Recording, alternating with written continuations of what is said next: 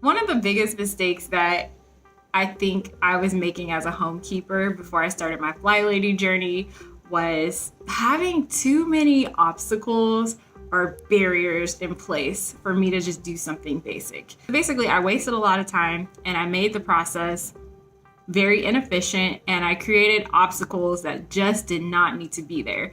And so working through my Flylady stuff, I have learned so many tips and strategies that just help you get stuff done.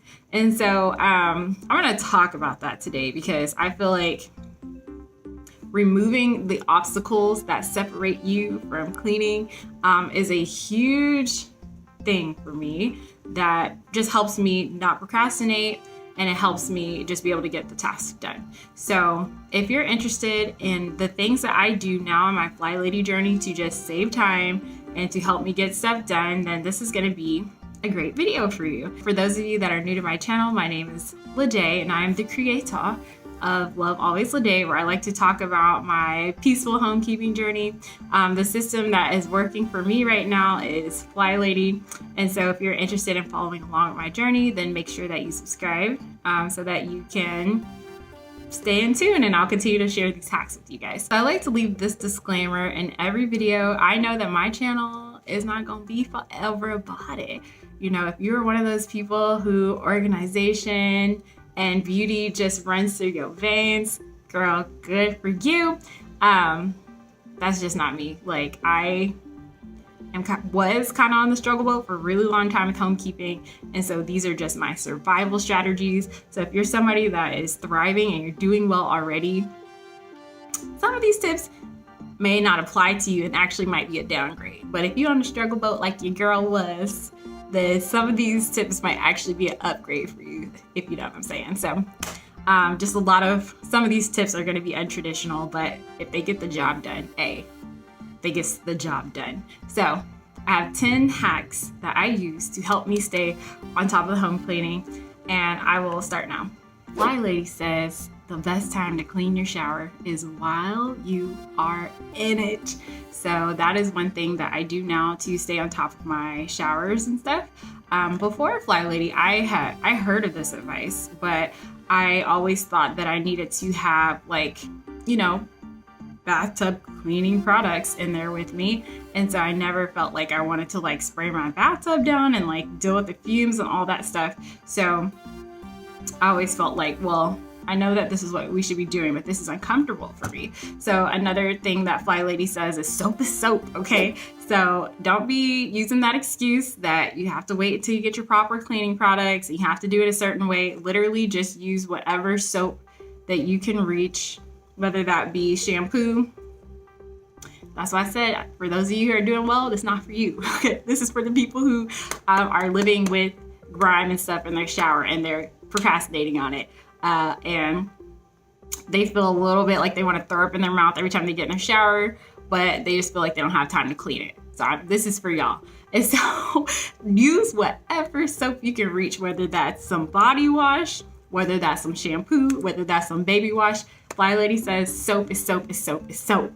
And so this is not going to do your heavy duty lifting, but this is a great way to get rid of some of that surface grime and keep things from building up on you, so that whenever you are ready to do the deep cleaning, it's not going to be as difficult for you to handle. And then this will also allow you to enjoy a clean shower and a clean showering experience more often, because it's not a big deal to literally squirt some shampoo on your sponge, wipe her down, and at least some of the most troubling things are going to be taken care of for you. So one thing that I do, which is related to soap is soap is soap is soap, is I have some Dawn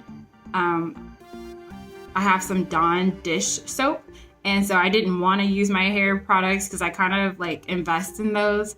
I didn't want to use my like body washes and stuff. So I just have like this little squirt bottle with Dawn soap, and I used to, because I changed recently. So I would squeeze it on my sponge, and then maybe I'll just tackle a wall, or if I see something building up, I'll just knock it out. And what I've been doing recently is, I don't know if you guys have heard of that Dawn Power Wash, but it's soap. It's dish soap, but it's actually in a spray bottle. So that makes it even easier to spray the walls and to just knock it down while I'm already in the shower. I don't have to deal with the scent. I don't have to deal with the fumes. And it really just eliminates excuses. So if I ever get in the shower and I feel like I really should do something about it, I never have to battle with that thought of I don't have time, I have to get the products, I have to do, girl, have your sponge in the shower, grab whatever you can grab and just get something done with it. Time-saving hack tip number 2. Before Flylady, one thing that I used to really struggle with was keeping my toilets under control. I always felt like when I cleaned my toilets, like a little piece of my spirit, like it just left my body. And so I didn't really like cleaning toilets. And so whenever I read the Flylady book, she shared a piece of advice that has really changed the game and helping me stay on top of that. And what she recommended is getting like a toilet wand holder and filling it up with a disinfectant and then putting your brush inside. So at all times, your brush is ready to do the dang thing, okay? So whenever it's time for me to clean my toilets, literally I just lift up the toilet wand out of that container, I swish it around my toilet and I chunk it back in there. And if I have Clorox wipes, I'll just quickly wipe the seat down. If I don't, I will spray something and literally just use a piece of tissue to wipe it up. Flylady recommends that we do swish and swipes. That's what we call this, daily. I personally do mine weekly, but I really like that system of having the container and the solution, everything ready to go right by the toilet. And so if you have small ones, be careful because, you know, your babies can knock that over. I personally have twin toddlers and I have not had an issue. With that being said, my babies are not potty training. When they're potty training, I might have to figure something else out. We'll see how that works. But currently I have not had a problem because I always keep my bathroom doors locked so that they can't go in there. But that's just something to keep in mind. But yeah, that totally removes the procrastination that can come with, oh, I need to go get the products. I need to do this. I need to do that. Nope. If you look down and you see that stuff is getting out of control, it literally takes a second to grab the wand, swish it around, and move on with your life. And so daily, weekly, however you want to do that. Weekly is working out fine for me, but for some people, especially if there's a lot of activity going on in your bathroom, you might need to do it daily. And sometimes I notice my husband will just do it. Like I'll come in the bathroom and it smells like pine salt and I'm like, my boo daddy just cleaned the toilet. So you know that says something when the hubby hubs gets involved with the cleaning up the toilet and you didn't ask him. So y'all know that's a good tip. All right, so moving on to number 3. This tip, I feel like I should slap myself because I can't believe I wasn't thinking of doing this, or I didn't think to do this before I started Flylady. Basically, one area that I had a lot of struggles with was keeping the sheets and stuff on my beds like changed often enough. Once again, I created too many barriers to get the job done. I was like, okay, if I need to clean the sheets, then that means I can't make the bed. The bed's gonna be bare for the whole day. I'm gonna wash everybody's sheets. I have to wait for it to dry. Then I have to put it back on. Flylady says that in order to make that a little easier for yourself, have two sets of sheets for everyone's bed, and then find a way to put that second set of sheets under the bed that it belongs to. So what I do for my room is I luckily have this little drawer that's at the end of my bed, and I bought a second set of sheets and I threw them in there and closed the drawer.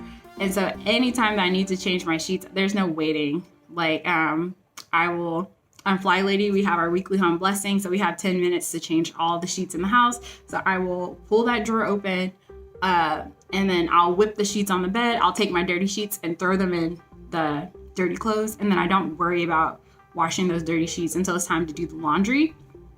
And so I'm finding that like the dirty sheets are getting washed regularly enough so that they're ready the next time I'm ready to change the sheets. So I don't have to like wait for anything. Like there's no process. Like it's something that's literally easy to do. And then in my boys' room, I have this container that I put underneath their bed. all their bedding and stuff like that. So I had to go on Amazon. I bought some extra sheets for them and I put it under their bed. So when I'm ready to change their sheets, I will like drag out the little basket. I will remove the old sheets from their bed, quickly throw them on, make their bed, and then I'll put their dirty sheets in their laundry.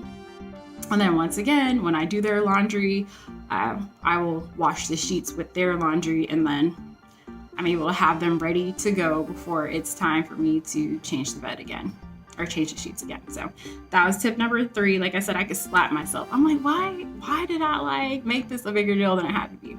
Right? So tip number 4, keep your dishes out of your sink. On Flylady, we call this the shiny sink rule. And basically, your dishes can be stored anywhere at all in that kitchen, anywhere at all in the house, but not the sink, okay? Before I started Flylady, like I was guilty of using that sink as a holding ground. If I just cooked something, if I just used a dish or plate, I would put it in there, and then when it was time for me to do the dishes, this is the problem. You have to go and remove all the dishes out, clean the sink, and then run your hot soapy sink of water, and it's just too much work. And so if you eliminate that whole step of putting stuff in the sink to begin with, then when it's time for you to wash dishes, it feels really simple and really fast to quickly fill up your sink with hot soapy water, and then you can just quickly wash your dishes. So you just removed a whole 5 minutes of work from washing your dishes, which will help you do them more often. Another consequence of that I see for myself is I personally choose to stack my dishes on the counter. And for me personally, I just feel more triggered to do the dishes when they're on the counter. Because when they're in the sink, your girl was comfortable. Okay, I was comfortable. Those dishes could stay in there and I would literally feel like I was kicking butt that day. But as soon as dishes start to creep on the counter, that's when I start getting a little bit uncomfortable. And so I'm finding that by never putting them in the sink and putting them on the counter, period, it really triggers me to do them more often because I just don't like seeing dishes on my counter. So that's a little tidbit for you if you want to stay on top of your dishes more, make it easier for yourself. And if you make it easier, then you can kind of fight off some of that procrastination that we can have around dishes or whatever. Number 5, do not declutter and organize at the same time. Like, I don't know what I was thinking before Flylady. Like, I would literally be like, okay, I'm doing this decluttering project and I'm trying to like organize, figure out what I'm gonna keep and figure out where I'm gonna arrange stuff. And I'm doing it all the time. Break that stuff up into segments. Day 1, we were strictly look for stuff to get rid of. On Flylady, we call that the 27 fling boogie. You set your timer for 15 minutes and you find 27 things that are no longer serving this season of your life. And that's all you do. If for me, sometimes I'm working on a decluttering project that's so bad, I need like 1, 2, or 3 days to just throw stuff away or donate stuff. And so if you start with removing all of the stuff, all of the clutter first, then you arrange and sort stuff out, and then you figure out where to put it. It will just make your life so much easier. So do not integrate decluttering and organizing at the same time. Separate those two processes out. Get rid of stuff, and then once you're done getting rid of stuff and you have the stuff that you want to keep, then I like to put things into like groups. So things that are related, like all the canned goods I'm gonna put here, all the baking stuff I'm putting here, all the canned meat, I don't know, I'm just throwing out some crap I'm gonna put here. And then once you group everything, then you can decide how you want to arrange it and where you want to put it. If you break up the process, it makes life so much easier. And just a little bonus tip that I learned, not from Flylady, but just from other cleaning videos, which you guys may know this already. If you want your organization systems to last, try to, once you have your groups, try to put them in some type of container. For me, I just went to the Dollar Tree and got these little baskets that I use in my pantry, that I use in my closets, and I have a basket per group, if that makes any sense. So like all the medicine is in one basket, all the canned goods are in one basket, all this is in one basket. And so the baskets really provide that clear separation that keeps things from getting mixed up and jumbled up. And it makes it really easy for other people in your house to know exactly where things go. Especially if you take that extra step and put your little label on there, it makes it really easy for people to help you and support you and help you keep your organization systems lasting a little bit longer. So that's just a little extra tidbit. Okay, number 6, pre-sort your laundry, pre-sort that laundry. So I've been pre-sorting laundry for a while, but I'm gonna share this tip because I know that was something that I wasn't always doing, especially when I first got married. So just in case there's somebody out there who's not doing that yet, I want to just let you know that that's going to save you a lot of time. It's easy to procrastinate on that laundry when you create those obstacles like, oh, I have to sort everything out and do all this. Save yourself some trouble, girl. Okay, save yourself some trouble, and you'll be more likely to stay on top of the laundry if you make it as easy for yourself as possible to throw a load in the morning, or to throw in a load every morning. So with that being said, your girl is not very picky, okay? When it comes to like sorting laundry. I know there's some of y'all out there, you got to put all the whites together, all the yellows together, all the blues together. If that is the case, then you're gonna need to have like a basket prepared for each category of laundry that you have, if that makes any sense. So you need to have a blue basket somewhere, you need to have a yellow basket somewhere, you need to have a red basket somewhere. Now your girl, I'm not really that picky, so the way I have my laundry organized is by people. My boys, I have 2 boys, I wash all of their laundry together, and I literally just dump the whole basket in the washing machine. Don't judge me. My girls have their own basket. Once again, when it's time to wash their stuff, I literally dump their whole basket in the washing machine. Basically, what I'm trying to say is if you eliminate the step of having to sort stuff out, because you're sorting as you go, then it just makes it easy to stay on top of the laundry. And currently I am washing 1 small load of laundry every day. Okay, another tip that has really helped me learn to save time in the cleaning department is doing like tasks at the same time.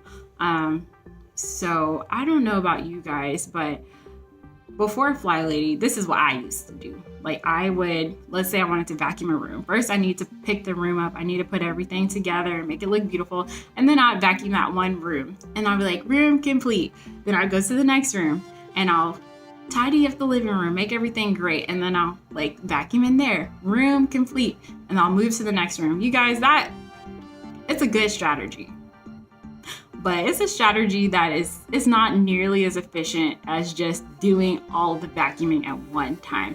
And so that's what we do for Flylady. We have something called a weekly home blessing, and we have our weekly tasks that we spend 10 minutes each performing. And so one of those tasks include vacuuming. And so literally your goal is to take a vacuum, run around your house for 10 minutes and vacuum as many surfaces as in your home as you can reach. And for me, I just have been incredibly shocked at the amount of surface area I can reach in that 10 minutes. And I think the reason is because it's just more efficient, since you already have the vacuum in your hand, to just run around the whole house with a vacuum. Now, with that being said, you guys, this will kind of go into, it's gonna be a bonus tip, it's gonna be a little asterisk. This is tip 7.1. We do something called vacuuming the middles. So when it's time to vacuum, we're not trying to make everything beautiful. We're not trying to make everything immaculate. Literally, you're just going to vacuum the middle of your floor. And like I said, for some of y'all who are really good at cleaning, you're gonna hear this and be like, what? How are you just gonna vacuum the middle of your floor? So this is not for you. This is for the people who you're not vacuuming enough, and you know who you are.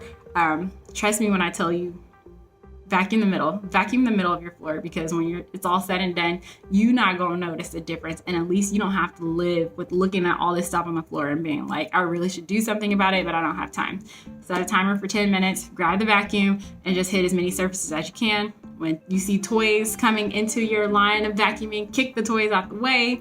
Just be kicking stuff out the way, and then reach as many surfaces as you can and work on it for 10 minutes. And since you're only focusing on one task, I just can't even tell you how much more efficient you're gonna be.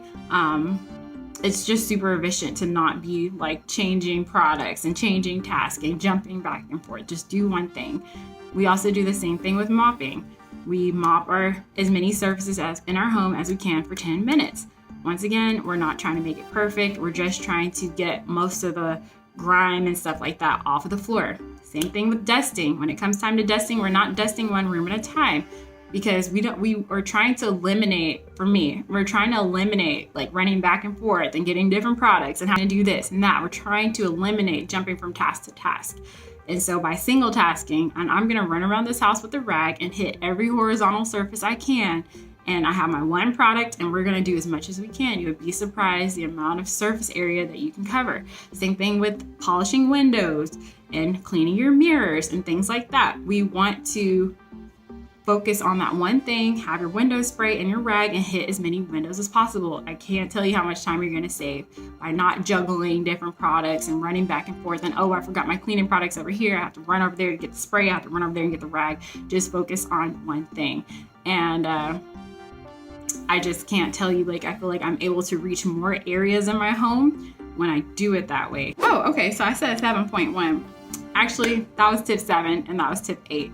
In order to be productive at doing single tasking and doing one task at a time, you have to let go of that perfectionism, the one that tells you, first I need to do this, then I need to make sure all the counters are clean, then I need to put everything.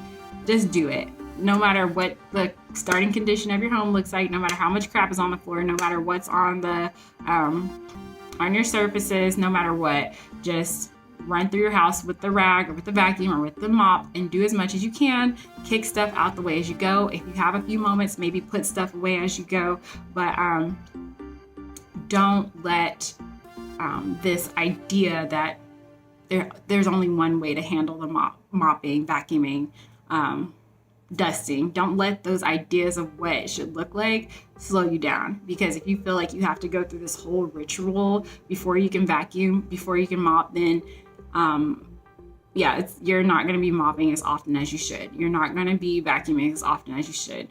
And by should, I just mean as you want to. Like, the idea is to be mopping and vacuuming enough so that you're not like looking at it all the time and being frustrated and stuff. So that's that.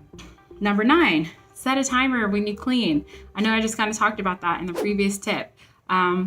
We ain't got all day, y'all. We ain't got all day to do this stuff, especially if you are trying to clean and you have young children in the home. And so sometimes when we don't use our timer, for me, I have the ability to kind of get carried away. And then for me, I also struggle with getting sidetracked. So I could be maybe wiping down a surface, but I'm like, oh, let me go do that over there. Let me do that over there. And then I feel like I've done all this work, but then when I look around, I didn't really accomplish the important stuff, if you know what I'm saying. And so setting a timer really helps me just focus in. This is what I'm doing for 10 minutes. And it just helps me be more productive and focus on the tasks that I said I wanted to prioritize. And then once my 10 minutes are over, once my 15 minutes are over, then I can do all the little fun extra stuff that has drawn my attention. And so that timer really helps me with focus, and it just helps me not get carried away and take more time on stuff that I need.